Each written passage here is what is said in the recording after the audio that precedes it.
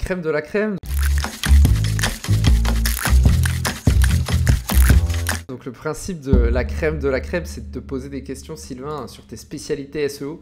Donc ici, ça va être question SEO technique, full SEO technique, pour qu'on apporte un peu ce petit truc qu'on n'a pas encore apporté aux auditeurs. Alors déjà, pour toi, est-ce que tu peux nous donner, tu vois, ta définition du SEO technique? Qu'est-ce qui rentre dedans? Parce qu'on entend un peu tout et rien, tu vois. Moi, on m'a déjà dit, ouais, est-ce que tu fais de la technique, changer les balises title Ouais, ou ce genre de truc? Dis-nous toi, tu vois, si tu devais un peu poser le contexte, c'est ouais. quoi le SEO technique?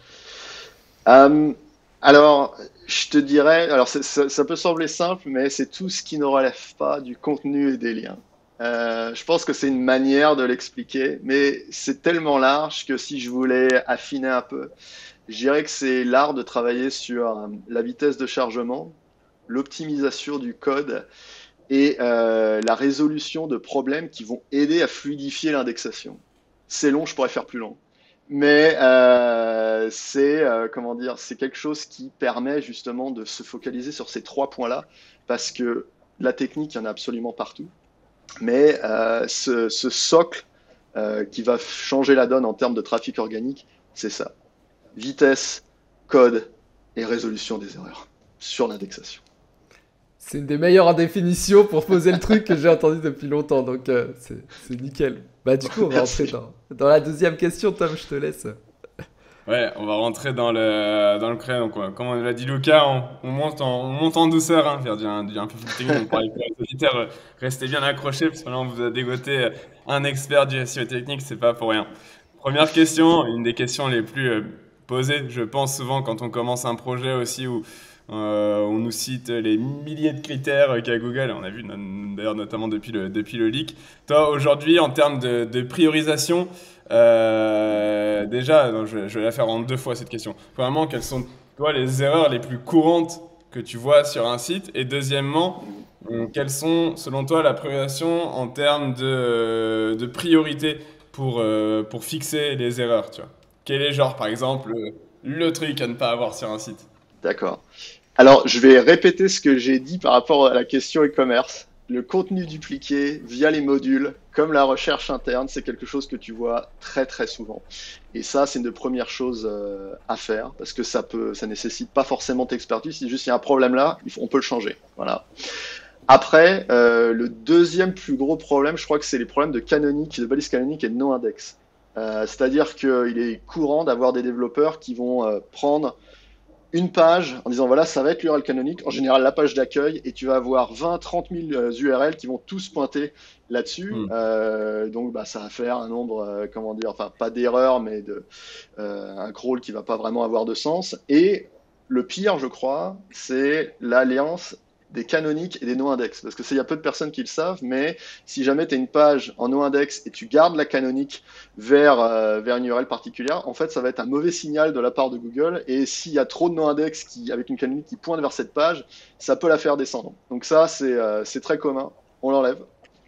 Où on regère ces pages-là et on les supprime. En général, il y a un problème sur beaucoup de sites, c'est que les gens ne veulent pas supprimer les pages. On garde tout, on garde absolument tout. Attention, il va y avoir des 404 dans la Search Console, ça va pas être bien, mais non, il faut supprimer ce qui vraiment n'a pas d'intérêt. Et un dernier problème qui est plus simple, c'est la mauvaise utilisation du lazy loading. Alors c'est d'ailleurs, j'ai vu ça pas mal sur des sites de médias ou des gros sites où vous avez beaucoup de rédacteurs ou de créateurs de contenu. Il y a des développeurs qui vont créer un module particulier d'image, et sur chaque image, tu vas avoir du chargement différé qui va être appliqué parce que c'est, je cite, bon pour le SEO. Euh, alors c'est bien dans la plupart des cas, sauf que quand c'est au-dessus de la ligne de flottaison, bah, ça va avoir l'effet inverse et ça va justement tout alourdir. Et quand justement c'est utilisé partout, alors là bonjour. L'avantage c'est que on peut changer ça très rapidement si c'est un module particulier identifié. Alors en termes de priorisation maintenant, ça va être du nombre. C'est-à-dire que si jamais tu as un problème de LCP absolument partout et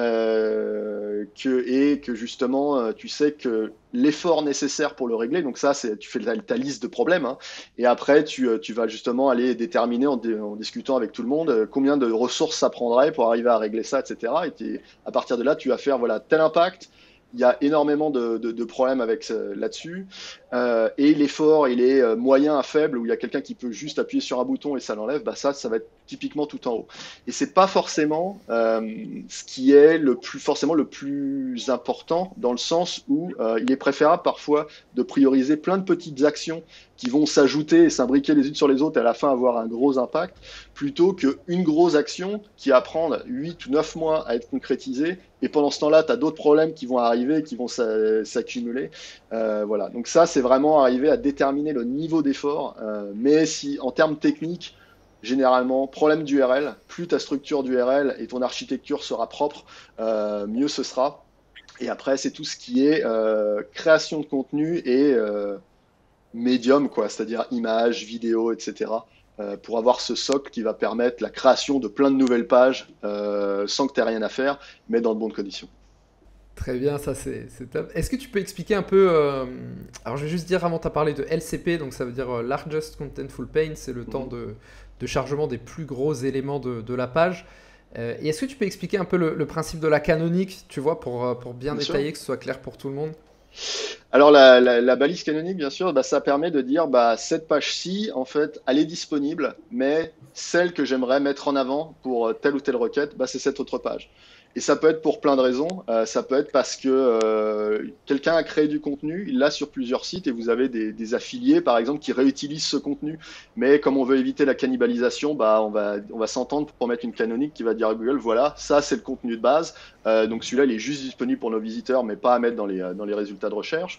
Et après, c'est simplement faire comprendre à Google aussi où on veut l'amener, ce qui ne respecte pas forcément. Mais voilà, c'est un gros signal ou une grosse indication que ces pages-là, celles qu'on pointe dans les canoniques, sont celles importantes et celles-ci sont juste secondaires et ne devraient pas forcément être mises en avant. Je me souviens de la formation justement de Christian qui utilisait une métaphore que je trouvais vraiment bien pour expliquer la balise canonique qui pourrait peut-être servir à certains qui nous écoutent. Elle utilisait l'art, tu vois, elle prenait un exemple d'une art de Vinci. On va prendre par exemple, on va prendre la Joconde, tiens. La Joconde, c'est l'œuvre principale. Tous les autres tableaux de la Joconde, c'est des œuvres qui ne sont pas l'œuvre principale. Donc, elles doivent avoir dessus une petite indication pour dire je ne suis pas l'œuvre principale, mais l'œuvre principale est juste au-dessus de moi. Et je trouvais que c'était une bonne métaphore pour expliquer ça.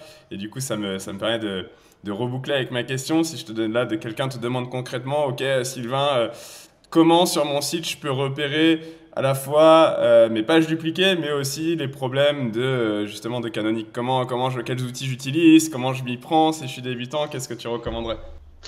Alors, pour le contenu dupliqué, il y en a un qui est super. C'est le concurrent direct de Screaming Frog, ça s'appelle Sidebulb. Et ça te permet d'arriver à détecter de manière très précise le contenu qui est similaire à tant de pourcents, etc. Donc ça peut déjà t'aider. Ensuite, c'est typiquement taper une requête, et après tu vas mettre un petit site de points avec le nom de ton site, et tu vas voir les 2 premières pages qui vont sortir, et tu vas dire, bon, on va regarder si jamais il y a juste une page ou s'il y en a plusieurs. Et à partir de là, tu vas regarder s'il y a effectivement un problème. Et alors en général, tu vas faire ce type d'analyse quand tu vas baisser sur une requête importante et tu vas justement évaluer les différents scénarios. Tiens, est-ce que c'est dû à du contenu dupliqué, etc. Et juste en faisant cette petite manip, ça te permet de voir justement où ça peut, où le problème peut venir, d'où le problème peut venir. Après, Screaming Frog typiquement est très bon là-dedans. Et puis avec toutes les possibilités d'IA maintenant en se branchant sur ChatGPT pour réussir à te donner du contexte, est-ce que tu définis si telle ou telle page justement a un certain degré une possibilité de cannibalisation, etc. Et ça, il peut te le faire, ce qui est assez dingue. Voilà. Mais si on veut le faire en 5 minutes sans se prendre la tête, Sidebulb et après une recherche manuelle, il n'y a rien de mieux. Site de points et tu mets quoi? Tu mets ton mot-clé ou tu mets l'URL? Comment Tu tu mets ton mot-clé, exactement? ouais. Voilà, tu vas mettre site de points, tu vas mettre ton URL, et après tu vas mettre ton site, et après tu vas mettre ton Ouais, mot-clé, c'est-à-dire ton nom de ouais, domaine. c'est ça. Ouais. C'est vrai qu'une recherche site de points, tu vois, pour identifier des premiers trucs techniques, c'est puissant. Donc en gros, tu fais site de points et tu mets l'URL de ton site web. Et ça te permet de voir toutes les pages que Google a indexées. Et effectivement, si tu vois que tu as des pages de recherche qui ont été indexées, tu as des pages typiquement en e-commerce, on en parlait avant, mais tu as la pagination, donc typiquement un site e-commerce qui a une catégorie perceuse, bon bah tu as perceuse page 1, perceuse page 2, perceuse page 3, perceuse page 4. Bon bah en général, tu veux indexer juste ta première page perceuse, tu n'as pas besoin d'indexer une page 2 avec des produits qui sont moins vendus ou que tu as sous-optimisé ou autre. Donc ça, c'est un cas souvent d'utilisation de la balise canonique. Et ça, c'est un exemple aussi, si tu fais ton site de points et que tu constates que ta page 1, elle n'est pas indexée, mais ta page 2, tu as d'autres trucs de perceuse, elle est indexée, bon, bah, tu peux te dire, il y a peut-être un petit problème actuellement technique sur mon site, quoi. Ouais, clairement. Moi, j'utilise pas mal Your Text Guru pour les contenus dupliqués. Ça va vraiment dire sur une base, tu vois, les logiques de duplication entre des bases. Je peux utiliser des outils aussi comme TotSEO. Mais c'est vrai que je trouve que Your Text Guru avec Babar Plugin est très, très quali pour ça. Deuxième question, du coup, Sylvain, tu sais, on sait que beaucoup de personnes utilisent WordPress, Shopify. Est-ce que tu peux nous dire, tu vois, c'est quoi les plus grosses erreurs de SEO technique qui arrivent souvent sur ces sites? Alors bien sûr, tout peut arriver, mais tu vois, les cas généraux, quoi, on va dire. Ouais. Alors, je connais très bien WordPress, Shopify beaucoup moins. Donc, je vais parler un peu plus du premier. Alors, le premier problème, alors, alors ça va pas être très technique, mais en fait, ça l'est. C'est la multitude d'extensions installées mais non activées sur un WordPress. Alors ça, en général, si jamais c'est la première fois qu'un client fait du référencement là-dessus, ce qui se passe, c'est que ils vont installer plein de trucs et en les désactivant, pensent que il y a plus rien qui marche derrière. Sauf que tu vas commencer ton audit, tu vas commencer ton crawl et tu vas voir qu'il y a plein de petits scripts machin qui vont à droite à gauche et ça c'est très lourd et tu te demandes d'où ça vient. C'est pas possible. Enfin, il y a trois trucs et en fait tu regardes dans les extensions et c'est ça. Donc la première recommandation, ça serait supprimer vos extensions que vous n'utilisez pas, même si une fois ça a bien marché. Par exemple, typiquement les extensions de résolution de bugs, parce que votre WordPress il s'affiche pas. Si vous le réutilisez dans 4 ans, supprimez-le maintenant, mettez-le en favori et réinstallez-le dans 4 ans et ensuite enlevez-le. Donc ça, c'est la première chose pour éviter d'avoir une multitude de scripts qui vont venir tout polluer. Après, le deuxième problème que je vois le plus sont les thèmes payants et les sites qui vont grandir avec, et ces thèmes payants, on va aller sur ThemeForest, on va voir, il y en a une réduction moins 50%, c'est une petite startup, le thème a l'air super beau, et ils vont l'acheter et l'installer. Et 3 ans plus tard, ils ont grandi, maintenant c'est plus juste une startup de 2-3 personnes, c'est 20 personnes, et les vendeurs décident de ne plus mettre le thème à jour. Et ce qui se passe, c'est qu'il va y avoir des développeurs internes, il va y avoir des équipes externes qui vont arriver, qui vont aller dans le CSS additionnel, qui vont aller dans les fichiers PHP et qui vont eux-mêmes mettre des couches de code complètement différentes. Et donc il y a une agence qui va rester 3 mois, il y a un développeur qui est resté 2 ans qui va partir. Et après, on arrive à une espèce de plat, de lasagne, quoi. Et quand quelqu'un va vouloir faire une modification, il y a tout qui va péter. Et c'est à ce moment-là, en général, que, en plus des failles de sécurité, tout le monde décide de faire une refonte graphique. Et le plus beau, c'est qu'en général, ils refont exactement, souvent, il va y avoir les mêmes erreurs qui vont être faites, c'est-à-dire qu'ils vont reprendre un thème comme ça, qui ne va plus être mis à jour d'ici 4 ou 5 ans, et ça repart. Mais ça, c'est quelque chose que je vois très régulièrement. La solution, en général, c'est d'avoir un thème personnalisé que tu vas développer juste pour ton site. Pourquoi? Parce que tu auras aussi toute la doc, et même si tu as des gens qui partent ou des agences qui viennent, il y aura toujours des traces et tu sauras justement comment ça réagit. Mais j'ai vu des sites qui ont perdu pendant 2 semaines tout accès à leur base et qui ont perdu tout leur chiffre d'affaires justement parce que le site avait complètement craché et était irrécupérable, quoi. Intéressant. Donc ça, c'était le deuxième problème. Est-ce que j'en ai un dernier? Peut-être un troisième, c'est le désamour des développeurs et des designers pour WordPress. C'est-à-dire que j'en ai beaucoup que j'ai rencontré qui détestent ça pour ce qu'ils appellent le manque de flexibilité. Alors, c'est pas le cas de tous, mais c'est en général très flexible pour les gens qui ne sont pas des devs, mais beaucoup préfèrent aller sur des plateformes comme Contentful, par exemple, qui permettent plus de liberté là-dessus. Alors, une solution, justement, pour mettre tout le monde d'accord, c'est soit prendre WordPress VIP, qui va permettre, justement, pour des plus gros sites de gérer plus de choses, de personnaliser plus, ou alors le CMS d'HubSpot aussi, qui permet, justement, de tout changer sans que ça crache. C'est un peu plus solide à ce niveau-là. Mais voilà, c'est arriver à gérer ça, dire bon, c'est ce CMS-là. Si jamais on veut changer de CMS, ça va peut-être être un peu dur. Voilà. Trop bien, hyper intéressant. Merci pour ces problèmes. Toi, Lucas, si tu devais en citer un, qu'est-ce que tu citerais? Écoute, moi je citerai un truc sur WordPress que je vois souvent. Alors c'est lié au SEO technique, c'est plus un problème de PageRank pour moi, mais il y a deux choses sur WordPress. C'est l'utilisation des tags, tu vois. Donc les tags, en gros, c'est les étiquettes en français, si vous utilisez WordPress en français. Mais WordPress, en gros, te propose de mettre un tag sur chacun de tes articles. Sauf qu'en fait, à chaque fois, ça te crée une page. Tu vois, et récemment, moi, j'avais un client en coaching qui dit ouais, mes pages s'indexent pas et tout. Donc on va sur la Google Search Console. D'ailleurs, on a une question pour Sylvain sur ça après.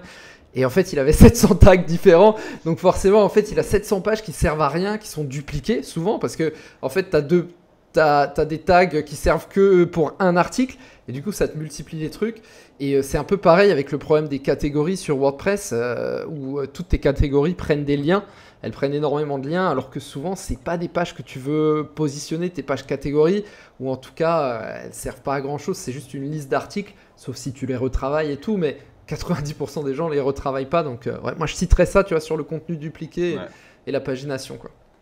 Avec les belles URL / catégories à chaque fois, c'est parfait. Ouais. Au début, tu sais, tu t'en manges des tonnes, tu mets des articles, tu mets 5 catégories par article, t'as ça, puis t'as aussi tous les WP Content, t'as Gogo, en veux-tu, en voilà. Tiens, une belle couille qui m'était arrivée aussi, c'était quand j'étais passé de Yoast à Rank Math. J'avais switché le truc, mais en switchant, j'avais pas checké au niveau des redirections. Et au final, toutes les redirections avaient sauté.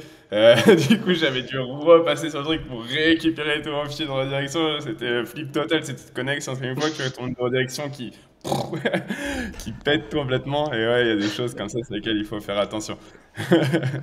Effectivement. D'ailleurs, tiens, une question qui revient souvent. On en parlait, je crois que c'était dans la saison 2 avec François Dragon. Quand notamment il avait fait son audit en utilisant Screaming Frog pour checker, tu sais, la visualisation en site-graph là, pour voir la représentation du maillage interne. Et justement, il parlait des pages /WP content parfois on peut en avoir à gogo. Toi, c'est quoi ta reco sur ces pages-là? Parce que c'est souvent l'horreur des référenceurs sur WordPress. Ouais, c'est déjà déterminer justement ce qui est utilisable et aussi ce que tu peux bloquer. C'est-à-dire que arriver à voir quelle ressource est nécessaire ou pas, ça peut prendre énormément de temps, ça peut être très chronophage. Et toujours dans cet esprit de cloaking, parfois savoir que tu as certaines ressources qui utilisent pas mal justement de budget. Ça, tu vois avec l'analyse de log ou un peu après dans la Search Console, dans tout ce qui est crawl stat, mais tu peux arriver à dire à Google dans ton fichier robot.txt, bah tiens, telle ou telle ressource, elle est complètement inutile, ça va pas nous aider et ça prend, c'est du gaspillage de performance et on va la bloquer. Moi, c'est en général un peu comment je vais le faire. Si je peux pas retirer ou si ça prend trop de temps pour identifier telle ou telle ressource et comment les virer, et je vais avoir une tendance à vraiment les cacher le plus possible. Voilà. Ok, très clair. On peut enchaîner avec la question suivante. Toujours dans le technique, on te lâche pas avec la technique, on s'en excuse. Mais effectivement, c'est dit, allez, on va envoyer sur le technique. Il n'y en a pas beaucoup des épisodes sur le sujet, donc c'est l'occasion, et merci pour ça. Troisième question, les Core Web Vitals. Est-ce que selon toi, ces Core Web Vitals ont un réel impact sur le SEO, et si oui, en quoi? Alors oui, ça a un impact, et plus particulièrement depuis la mise à jour d'algorithme de mars 2023, donc depuis l'année dernière. Et c'est vrai que c'est un moment où j'ai vu certaines pages qui étaient c'était en bas de page 1, et tout d'un coup, c'est remonté en position 1 et c'est resté depuis. Alors pourquoi? Parce que justement la compétition était aux fraises en termes de signaux web essentiels et la page que je cherchais à placer était bonne là-dessus. Et il n'y avait pas d'autre raison. Véritablement, il n'y en avait aucune autre. Et inversement, j'ai des pages qui se positionnaient haut, qui n'avaient pas un bon score de Core Web Vitals et qui sont tombées. Et il y a eu donc des compétiteurs qui, eux, ont réussi à se placer, mais leur page ne répondait pas forcément mieux justement à l'attention de recherche. La seule différence, c'est qu'ils n'utilisaient pas de framework un peu bizarroïde, du genre framework React, etc. Ils prenaient juste quelque chose de standard, très allégé, et c'était suffisant pour les mettre en haut. Après, en étudiant justement ça de plus près, on voit que, encore une fois, la seule raison, c'était les Core Web Vitals et rien d'autre. Après, Ça ne reste qu'un facteur. C'est-à-dire que si tu me disais est-ce que c'est la chose à prioriser tout de suite, non. Je pense pas que ce soit la première chose à faire. C'est un facteur de positionnement par contre donc qui gagne en importance. C'est-à-dire que même si ça ne reste qu'un facteur, à un niveau de compétition très élevé, typiquement ce qu'on va appeler les océans rouges, quand tu vas avoir des résultats de recherche qui sont très lucratifs si jamais tu arrives à te positionner haut, et tu vas avoir des compétiteurs qui vont venir, enfin tous les 3 mois tu vas avoir de la compétition qui va venir s'ajouter, donc ça va être de plus en plus compliqué. Et là, si jamais tes core vitals sont bien sont bien calibrés, bah, ça peut vraiment faire une grosse différence. Après, ça dépend lesquels aussi. J'ai passé une grosse partie de mon année, en tout cas la première partie, à faire de l'optimisation INP, donc Interaction to Next Paint, et Dieu sait que c'est pas facile justement à comprendre ou à optimiser proprement. Et une fois que c'est fait, bah, zéro mouvement, quoi. Ça changeait pas grand-chose. Ça donnait une meilleure expérience à l'utilisateur sur la page, bien sûr. Mais voilà, après, c'est aussi en fonction de quand Google décide d'actionner ce levier-là pour te dire, bah, OK, maintenant, vous avez eu suffisamment de temps pour faire vos optimisations et le coup près tombe, quoi. Mais je suis prêt à parier, même si Google dit l'inverse, disant, voilà, arrêtez de vous focaliser sur les core vitals parce que, bah, y en a beaucoup qui ont fait ça au détriment du contenu et eux, ce qu'ils veulent, c'est du bon contenu. Surtout avec une tendance à la désindexation. Ils indexent moins dernièrement, mais ils veulent quelque chose de mieux. De plus fort en termes de valeur ajoutée. Mais je pense que c'est quelque chose à travailler qui va gagner en importance au fur et à mesure des prochaines années. Ouais. Hyper clair. Et du coup, ouais, c'est quoi tes conseils pour un petit peu optimiser ces Core Web Vitals? Alors la première chose, c'est quand on le fait, d'utiliser ce qu'ils appellent le throttling dans Chrome DevTools, c'est-à-dire ralentir son PC. Parce qu'il y a quelque chose qui est fait régulièrement, c'est qu'on le fait sur ses machines. Et en général, quand on est un SEO, bah, on aime un peu ses ordinateurs, ça booste un peu. Si on veut Screaming Frog, faire tourner Screaming Frog, bah forcément, il y a des ressources. Et ce sont des ressources auxquelles probablement 90% de la population n'a pas forcément accès. Donc, c'est-à-dire que quand on va faire un test sur sa machine, bah, ça va être forcément biaisé parce que voilà, on a quelque chose de trop puissant. Donc, tu vas aller dans Chrome DevTools et tu vas ralentir en général 4 fois sur le CPU et 4 fois sur, 4G lente, ça marche bien. Et tu vas refaire tes tests. Donc, tu vas aller dans l'onglet performance, tu vas tout relancer. Et là, d'ailleurs, il y a une mise à jour dernièrement hein, où on voit directement le LCP, le CLS et l'INP directement en cliquant sur performance. Tu n'as plus rien à faire. Tu n'as même pas à lancer justement le test. Et juste arriver à faire ça, ça va permettre d'arrêter de se dire mais je comprends pas pourquoi la Search Console me dit que c'est tout pourri alors que moi je le fais sur ma machine, tout est au vert, c'est génial. Voilà. Après, il y a d'autres choses aussi qui peuvent rentrer en compte, c'est-à-dire que tu vas faire ça, tu vas tester et ça va être très bon, même quand tu ralentis et tu comprends pas. Et en fait, c'est tu découvres que tu as une grosse partie de ton trafic qui vient de pays où bah, les machines sont moins performantes. Et c'est-à-dire que Google va juste te dire hey, le score est pas suffisamment bon bah, parce qu'ils utilisent bah, soit des téléphones qui sont assez anciens ou soit d'autres choses comme ça. Alors qu'on a, avec des standards occidentaux, entre guillemets, on pense pas forcément à ce genre de choses. Donc l'origine et faire attention à sa machine. Voilà. Trop bien, trop bien. Bah, merci pour ces conseils. Il nous reste 2 questions. Une question maintenant que je vais te poser sur la Search Console et après la dernière question sur l'analyse de log. La première du coup c'est comment est-ce qu'on peut utiliser la Google Search Console pour améliorer son SEO technique? Qu'est-ce qu'il faut aller voir un peu dessus sur l'outil quoi? Ouais, alors la première chose, ce serait aller dans les statistiques d'exploration, donc c'est ce fameux petit rapport caché, et on se demande pourquoi c'est caché d'ailleurs, quand on clique sur paramètres, et c'est un espèce de mini analyseur de log de Google, hein, donc si jamais vous n'avez pas de budget pour faire de l'analyse de log, vous pouvez justement aller là-dedans, et c'est comprendre les données qui sont là. C'est-à-dire que vous avez les requêtes de crawl, et c'est très bien pour calculer son budget de crawl. Mais par contre, ce qu'on sait moins, c'est que si jamais, en général, ça va être assez plat. Si on crée un peu de contenu, ça va monter un peu, etc. Mais il peut arriver que ça monte très très vite et on fait pas attention. On fait bon, bah voilà, ça monte, c'est tout. Mais en fait, ça veut dire soit que Google a un intérêt accru justement dans le site et ça peut avoir éventuellement un impact bénéfique, mais ça veut peut-être dire aussi justement qu'on a des problèmes de contenu dupliqué ou d'autres choses, et ça commence justement à tout remettre en branle. C'est-à-dire que Google va commencer à réévaluer pas mal le site, et juste faire attention à ça, ça peut justement changer la donne. Après, par exemple, regardez le niveau d'URL découverte et d'URL actualisé. En général, un bon niveau, enfin un niveau standard, ça va être du 20-80, donc 20 pour de la découverte et 80 pour de l'actualisation.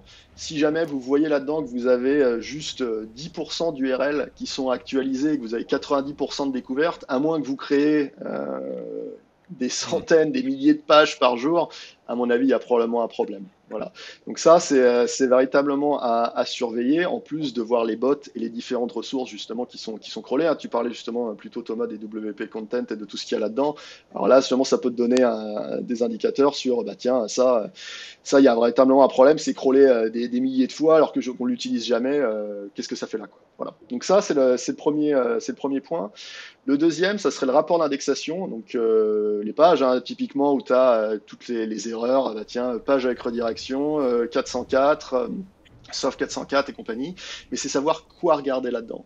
Et les deux premières choses générales à voir, c'est explorer mais non indexé, et, euh, et l'autre qui est détecter mais non indexé. Voilà.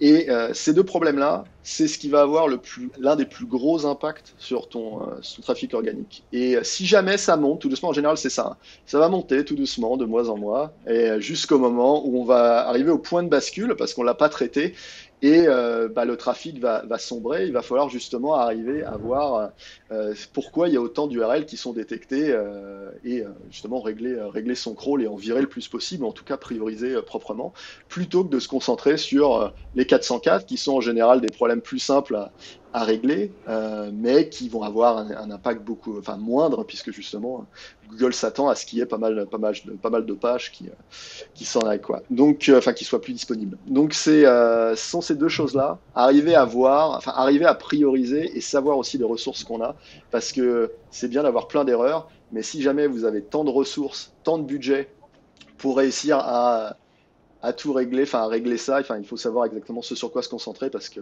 sinon, tu arrives à la fin de l'année, il n'y a rien qu'à changer. Voilà. Ouais, c'est clair. C'est très important de regarder, ouais, effectivement, parce qu'on a souvent des pages, on se demande, mais putain, pourquoi on n'arrive pas à les faire ranker? Bah, tout simplement, aller voir Ouais. effectivement, dans cet onglet. Et des fois, on a le cas inverse, j'en parlais avec Mathieu Chapon, on a aussi parfois des pages qu'on veut pas du tout, mais qui s'indexent.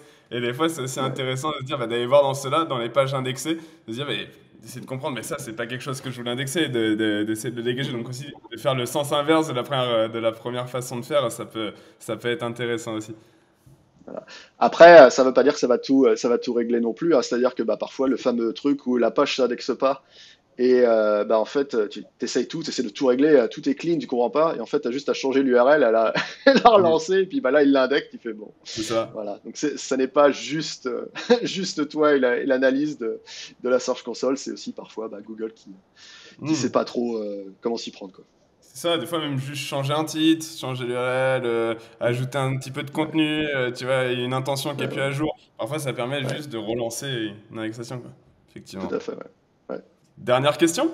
Allez. Dernière question, c'est sur l'analyse de log. Ben justement, déjà un petit peu peut-être, toi, définir un petit peu ce qu'est l'analyse de log pour les profils un peu plus débutants qui nous écoutent et justement comment tu t'y prends, outils, etc.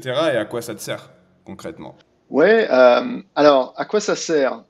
Ça sert à comprendre le comportement des robots sur son site, où ils vont et est-ce que ça a du sens? Alors en général, ça sert pour les plus gros sites, euh, pour véritablement arriver à cibler justement bah, des endroits où bah, les robots se perdent typiquement, des pages de faible valeur, et puis on se dit, bah, tiens, il faudrait plus focaliser leur attention à cet endroit-là, ou à l'inverse, il y a des pages qui ont énormément de valeur et personne n'y va, et on a tout essayé, on a essayé le maillage, etc., et l'analyse de log va te permettre justement de comprendre pourquoi elles n'y vont pas.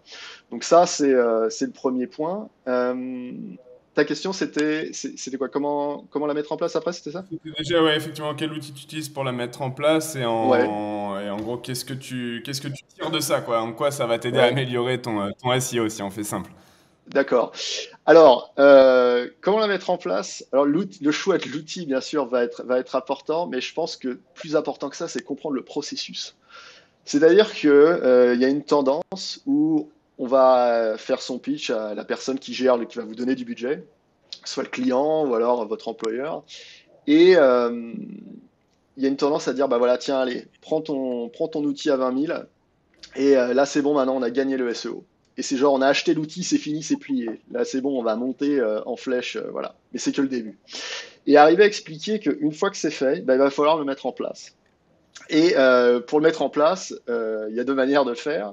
C'est-à-dire que soit tu utilises, bah, encore une fois, un CDN, donc Content Delivery Network, donc comme Cloudflare, où tu vas avoir une petite fonctionnalité qu'on appelle les log push, qui vont permettre juste d'envoyer les logs filtrés, comme ça, tu n'envoies pas de logs utilisateurs, c'est juste sur les robots, et ça te prend 5 minutes. Ou alors, tu es dans une entreprise plus à l'ancienne, où bah, là, il va falloir que l'entreprise mette les logs sur un serveur, que l'entreprise qui donne l'outil de log aille les chercher pour qu'ensuite justement ce soit utilisé, ou à l'inverse ce soit mis en place par l'entreprise enfin, les logs vont être déposés là. Ça peut prendre parfois 3 ou 4 mois, hein, je l'ai vu, et en plus ça casse tous les 10 jours et c'est pas fiable. Donc c'est arriver déjà à dire voilà, si jamais on a telle méthode, une fois qu'on a acheté l'outil, ça va prendre 4 mois avant de commencer à ne serait-ce qu'accéder à l'outil. Okay, donc ça c'est déjà une grosse chose. Si jamais on peut arriver à réduire ça, expliquer comment. Une fois qu'on y est, il faut mettre en place tous les tableaux de bord. Et si vous avez utilisé des outils comme Botify ou OneCrawl, même si ça a bien évolué, c'est pas ce que j'appellerais des outils avec une interface extrêmement simple. Même quand tu veux juste voir un peu les données que tu cherches, ça peut te prendre quelques jours avant d'arriver véritablement à avoir ton tableau de bord. Donc ça, déjà, c'est aussi à prendre en compte. Et une fois que tu y es, bah, il faut arriver à prendre le temps d'analyser. Et c'est génial l'analyse de log parce que tu arrives, c'est la matrice, tu comprends tout, il y a trop de trucs qui se passent, c'est génial. Et, et alors ça, c'est justement ce qui va déterminer le succès ou la défaite justement de ton expérience avec l'analyseur de log. C'est-à-dire, est-ce que tu vas te perdre justement dans l'analyse ou est-ce que tu vas en tirer quelque chose? Parce que c'est, encore une fois, je pourrais y passer des mois juste à regarder ce qui se passe, je trouve ça super. Maintenant, comment la réussir une fois qu'on a ça? Donc c'est très chronophage. Donc il ne faut pas se perdre dans l'analyse de données, c'est-à-dire que tu vas prendre 4 ou 5 jours et tu vas te dire, bah tiens, en 5 jours, je vais faire que ça. Et donc tu as dit à ton employeur, voilà, moi je vais, je vais passer 50% de mon temps justement à analyser. Il le sait, donc ça veut dire que c'est aussi quelque chose que tu peux pas faire autre chose pendant ce temps-là. Voilà. Et tu vas prendre 4-5 jours et tu vas en déterminer 2 actions. C'est ton but. Tu vois, une semaine, j'ai 2 actions et il faut que ce soit quelque chose qui va m'aider à améliorer le trafic. Et une fois que c'est là, bah, tu vas justement programmer la mise en place de cette action. Donc tu vas arriver à le faire, tu vas être frustré parce que tu vas avoir exploré juste 3 ou 4%. Mais tu as réussi à avoir des actions et tu vas les mettre en place. Et là, c'est là où justement l'explication aux décideurs va avoir de l'importance. Il faut en général des développeurs pour réussir à les mettre en place. Et donc là, il y a quand même déjà pas mal d'étapes. Il y a l'achat, il y a le temps pour aller chercher les logs, il y a la création des tableaux et des rapports qui t'intéressent, tu as l'analyse, tu as les actions à mettre en place, et maintenant tu as l'intégration avec les développeurs. Et là, tu as déjà pas mal de temps qui se sont passés. Et une fois que c'est fait, maintenant il faut tester. C'est-à-dire que tu as des hypothèses, tu vas lire tes lignes de log, tu as découvert un endroit où ça ne devrait pas y être, où tu devrais justement les envoyer, tu vas dire, bah voilà, il faut enlever ci ou ça, il faut ajouter ci ou ça. Et une erreur fréquente, c'est de tout lâcher pour le site entier. En disant, voilà, j'ai une hypothèse, je suis sûr que c'est bon, je vais lâcher ça pour 300 000 URL. Alors ça peut marcher parfois, mais tu as 30% ou 40% de chance que ça marche parce que tu as oublié un truc, parce qu'il y a un développeur qui n'a pas justement coché la bonne case, voilà.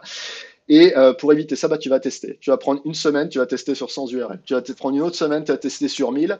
Après, tu vas tester sur 10 000. Et une fois que tu as fait ça, bah, là, tu peux lâcher le tout. Et en général, le plus beau, c'est que les actions techniques qui suivent justement l'analyse de log, ça prend beaucoup de temps à générer des résultats. La plupart du temps, moi, ce que j'ai vu, c'était que pendant les mises à jour d'algorithmes, quand Google va réévaluer en fait la qualité technique de ton site, c'est là qu'il va te récompenser en général de ces actions que tu as prises avec l'analyse de log, à moins que tu avais un problème vraiment énorme à la base, et là tu vas le voir tout de suite. Mais j'ai déjà vu parfois des x6, x7 en termes de trafic organique et de conversion, et là, bah là c'est jackpot et tu es content parce que tu as bien fait ton boulot, mais c'est aussi parce que tu as le décideur à la base qui a décidé de te faire confiance et qui a compris que ça allait prendre 9 mois, parfois 1 an pour arriver justement à générer des résultats. Voilà. Et être patient avec les résultats, c'est quelque chose. Être impatient avec les actions, patient avec les résultats, et c'est dire, ben voilà, c'est mis en place, ça va venir. Il faut attendre que Google justement arrive à réévaluer ça. Et quand on dit, bon alors, c'est là, c'est dans une semaine, c'est demain, bah, tu vas dire, je suis pas sûr, ça va venir. Voilà. Et ça vient souvent quand ça a bien été calibré, bien structuré. Merci pour toutes ces explications. Sur l'analyse de jeu, excellent. Donc, prenez des notes. C'est vrai que c'est quelque chose qui est pas forcément facile. Moi, je me souviens, mes premières fois sur une crawl, j'étais perdu. T'as plein d'onglets, tu passes des heures et des heures avec les account managers et essayer de comprendre le truc, mais c'est vrai qu'une fois que t'es lancé, c'est puissant. Ouais, ouais, ouais. Bah, c'est savoir justement aussi, encore une fois, quoi ne pas regarder. Parce que Il y en a plein, parfois, ouais. tu vas publier une page et puis tu dis, le processus d'indexation va être super, tu vas avoir des bots machin qui vont arriver dessus, et là tu regardes justement l'évolution et puis tu peux te perdre là-dedans. Et c'est pareil pour justement l'analyse de la fluctuation des mots-clés. Je pourrais passer ma journée dans la Search Console et dans Ahref à regarder justement ce qui se passe, mais au bout du compte, il faut arriver à actionner ça, quoi. Et ne pas perdre justement l'objectif de tête. Voilà. Ouais, c'est ça. Et de rester dans l'action, quoi. C'est bien d'analyser, C'est mais ça. il faut aussi produire. Voilà, tout à fait. Au Merci. top. Merci Sylvain. Bien sûr. C'était Merci à vous deux. génial. Bravo d'avoir complété ce position zéro. Je suis très content de te recevoir. J'espère que tu as kiffé l'expérience, toi aussi.